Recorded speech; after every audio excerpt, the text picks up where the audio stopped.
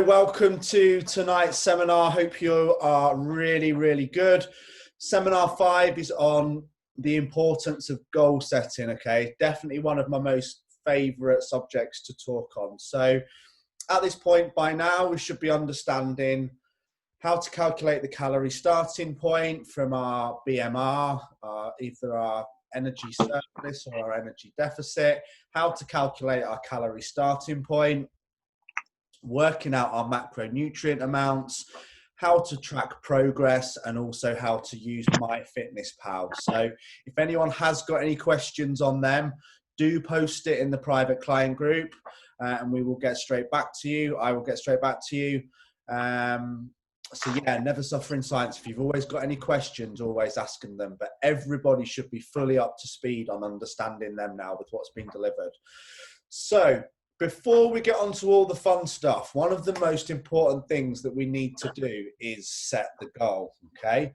So I've talked about this so much over the years, and that's why I've written it so many times at the top. So smart goals. In my opinion, if goals aren't smart, they are just dreams, wishes, wishy-washy, thoughts, hopes, you know, whatever it is you want to call it, but they're not proper goals, okay? So we need to have a long-term vision of exactly what it is we want to achieve. So the S of SMART stands for specific. So it's not good enough just to say, I want to lose weight. I want to get ripped. I want to get a bit bigger. I want to be fitter. Okay, we've got to drill down and get more specific, because otherwise it's just so weak. The amount of people that go to the gym 5 times a week and they don't even know exactly what it is that they're trying to achieve, and then they kind of wonder why they procrastinate and, you know, off and end up not sticking to anything. Well, they kind of don't know what it is they want to achieve. So how, you know, it's, you know, again, a financial version of this would be, you know, if you set a saving goal, you know how much you want to save, don't you? And then you've got something to work towards. Whereas if you just say, oh, I want to save some more money, it's like, well, how much money do you want to save?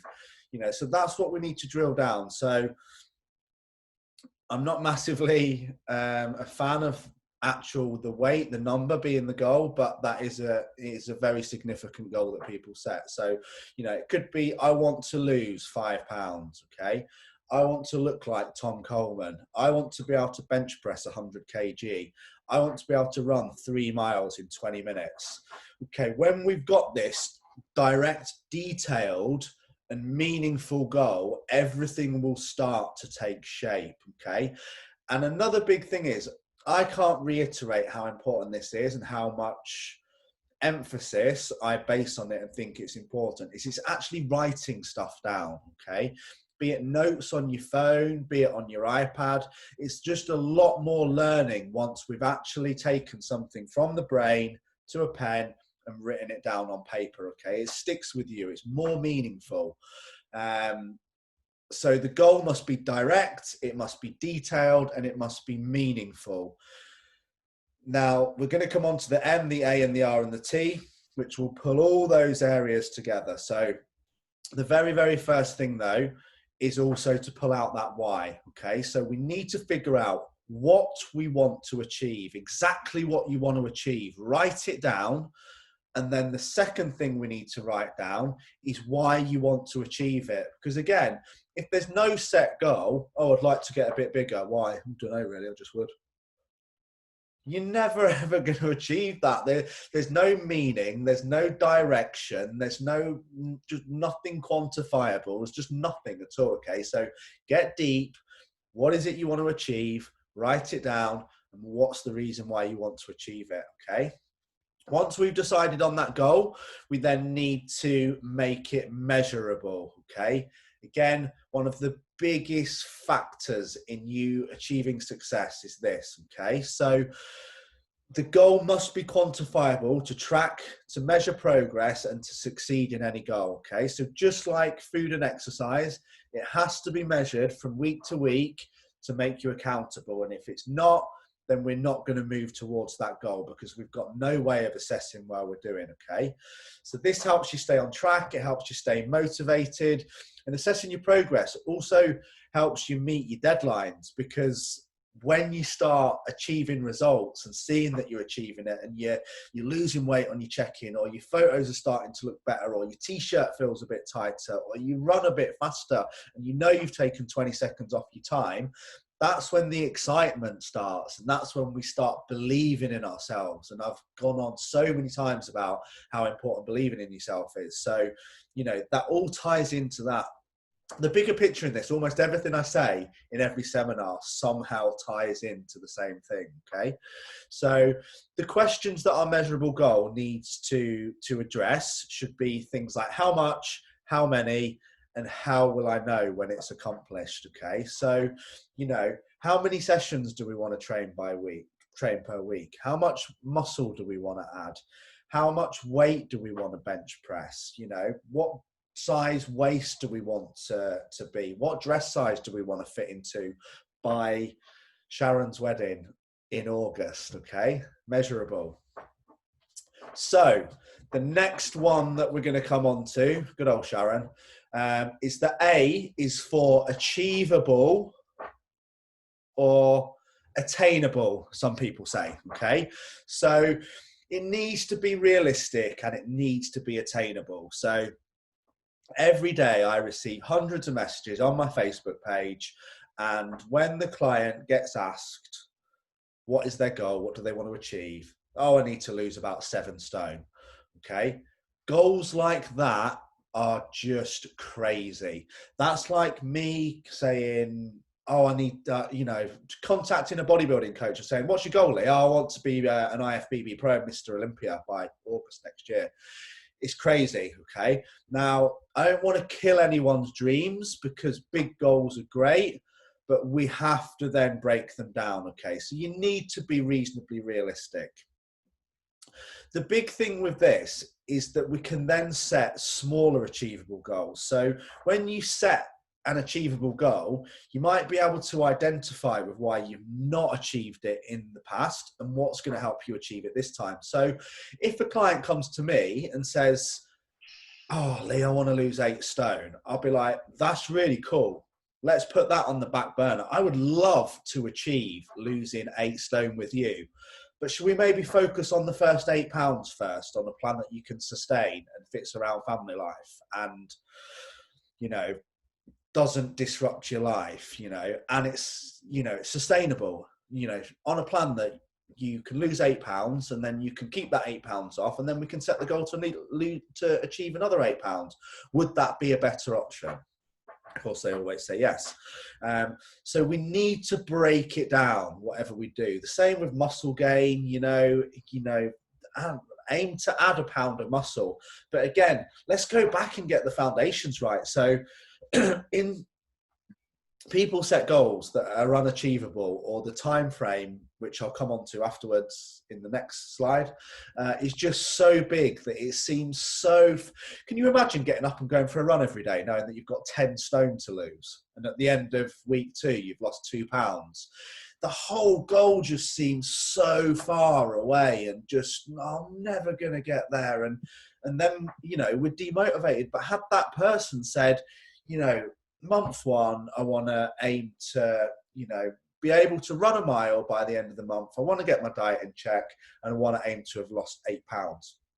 They tick off all 3 goals. They're happy as Larry. They've moved forward. They set a goal. They made a plan. They achieved it. Boom, set the new plan. So don't make that first plan too unachievable, okay? So before setting the achievable goal, we need to ask the questions, okay? So how am I going to accomplish this goal? Have I got access to the plan, the coaching, the knowledge, the teaching, the resources?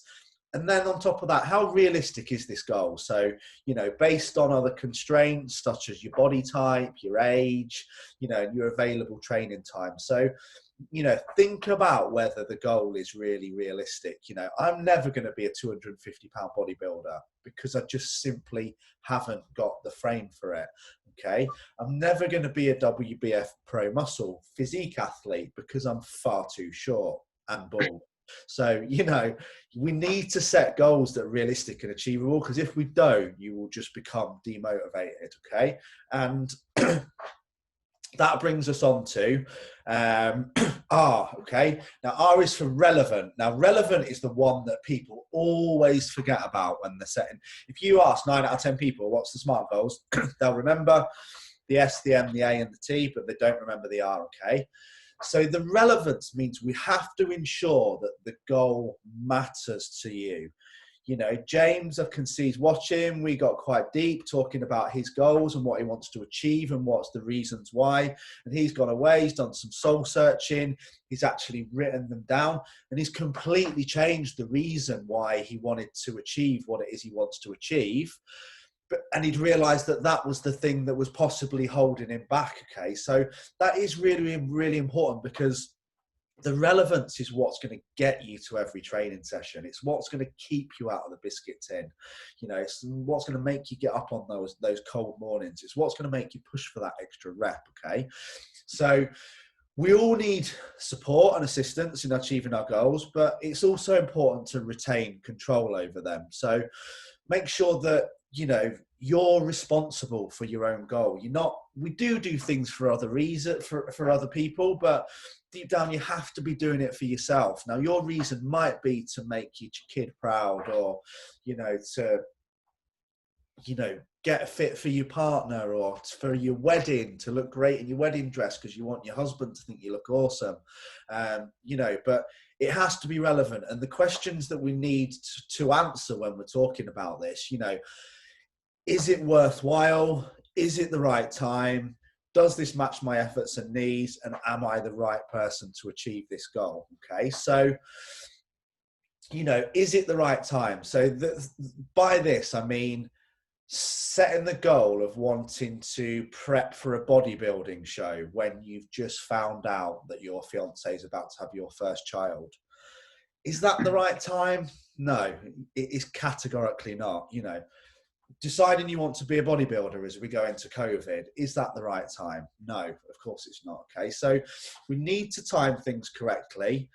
We need to make sure it's worthwhile. So the question that I ask when something is worthwhile is, how am I going to feel when I achieve this goal? Am I going to feel complete? Am I going to feel ecstatic? Is it going to make me feel good about myself? And if the answer to them is no, then it's probably not worthwhile. Okay. So the final one, am I the right person to reach this goal? That just builds back into, what I was saying before, that we have to be realistic. If you're a mum who works, this has been achieved, but it would be very rare, is in her late 40s and she's got 3 kids and works 60 hours a week. Is she going to be able to prep for a bodybuilding show?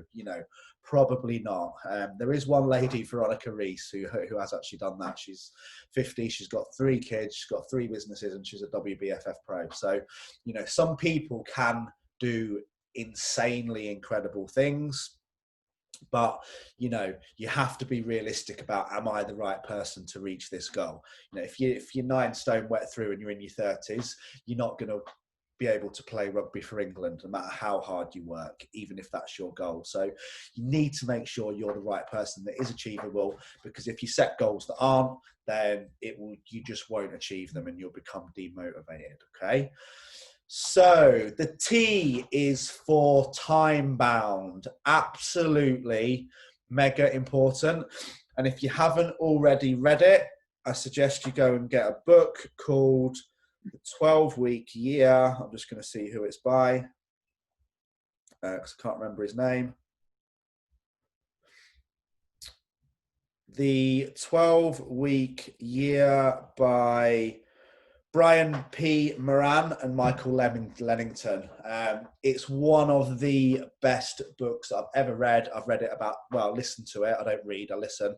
About 10 times now, I reckon. And it's about 8 hours long. So every goal needs a target date, okay? So Jolly's on as well. We were having a conversation the other day, And with holidays being cancelled with COVID, he was just like, I feel like I've just lost the plot a little bit because I haven't got this date.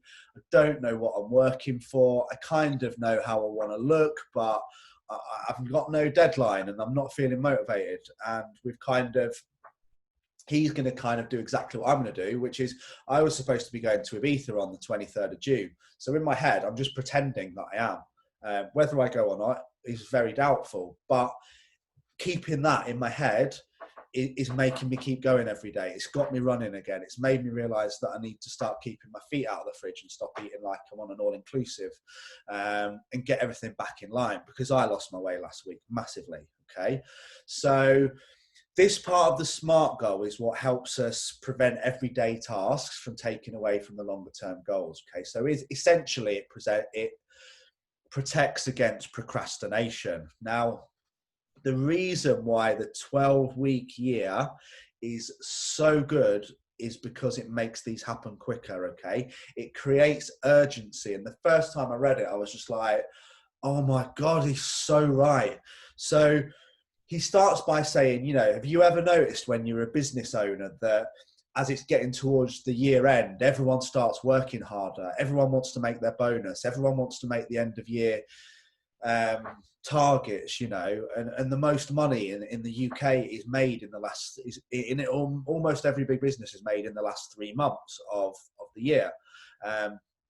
It's the same, you know, when your holiday's coming up, have you ever noticed how hard you train and how little you eat and how much more dedicated to your diet are? When you've got a wedding coming up, you know, all these types of things, you know, if you're saving for something and there's a long time span, then have you ever noticed how you start saving so much harder as that trip to Vegas is coming up, kind of thing? So this builds back into number one, which was S, which was specific, because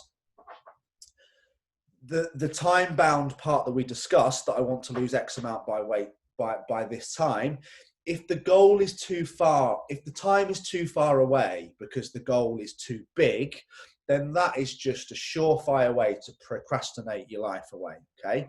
So with the 12-week year, what he does is he breaks everything down. So rather than having a 12-month goal, he breaks the year down into 4 12-week periods. Okay. So each quarter effectively becomes a year.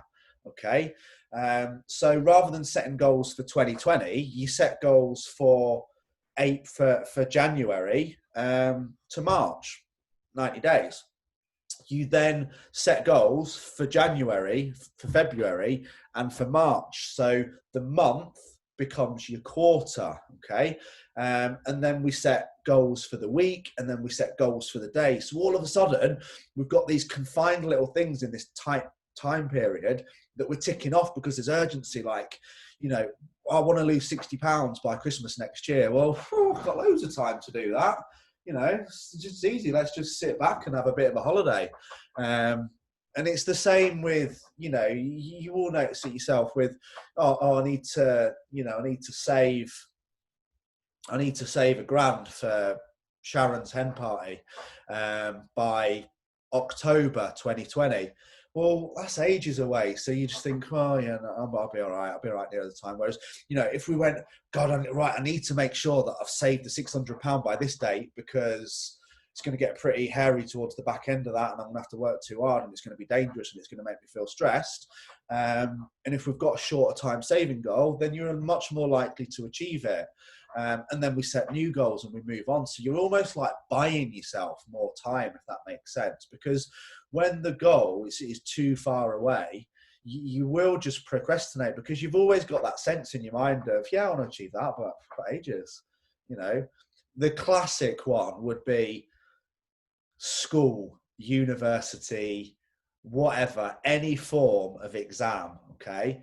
If you acted, let's say there were 12 weeks until the exam, but you made each 4-week period, you fictitiously created in your head that the exam was in 4 weeks, and then you chalked that revision off, and then you did the same again for 4 weeks, and then you chalked that revision off, and then you did the same again for 4 weeks. how much would you smash that exam into the middle of next week? But we don't do that. We do absolutely nothing until 2 weeks before the exam and then go, oh my God, fucking hell. And you end up staying up for 24 hours a day for 2 weeks doing revision to pass it. Now, what this time-bound part for me about is it's bringing that intensity. Remember that intensity that you ended up doing 2 days before an exam or school at uni or whatever? It's bringing that intensity to the game every single day, okay? And that's when you'll start to nail it. Set goals that are too big with too big a time span and you'll come unstuck very quickly, okay? So we need to know what date is it we want to achieve it by. You know, then we could break this down into months, weeks, and then we need the plan. So what can I do today, this week, this month, this quarter to take myself closer and break it down bit by bit. So I want to achieve X. I want to achieve it by this time. This is what I'm going to give and do in order to achieve it. And this is how I'll feel when I have. Get that nailed and you'll be very, very quickly on the route to success. So I hope everyone's found that helpful for tonight and Seminar 5. As always, any questions, drop them in the comments. I'll get back to you guys. Take care.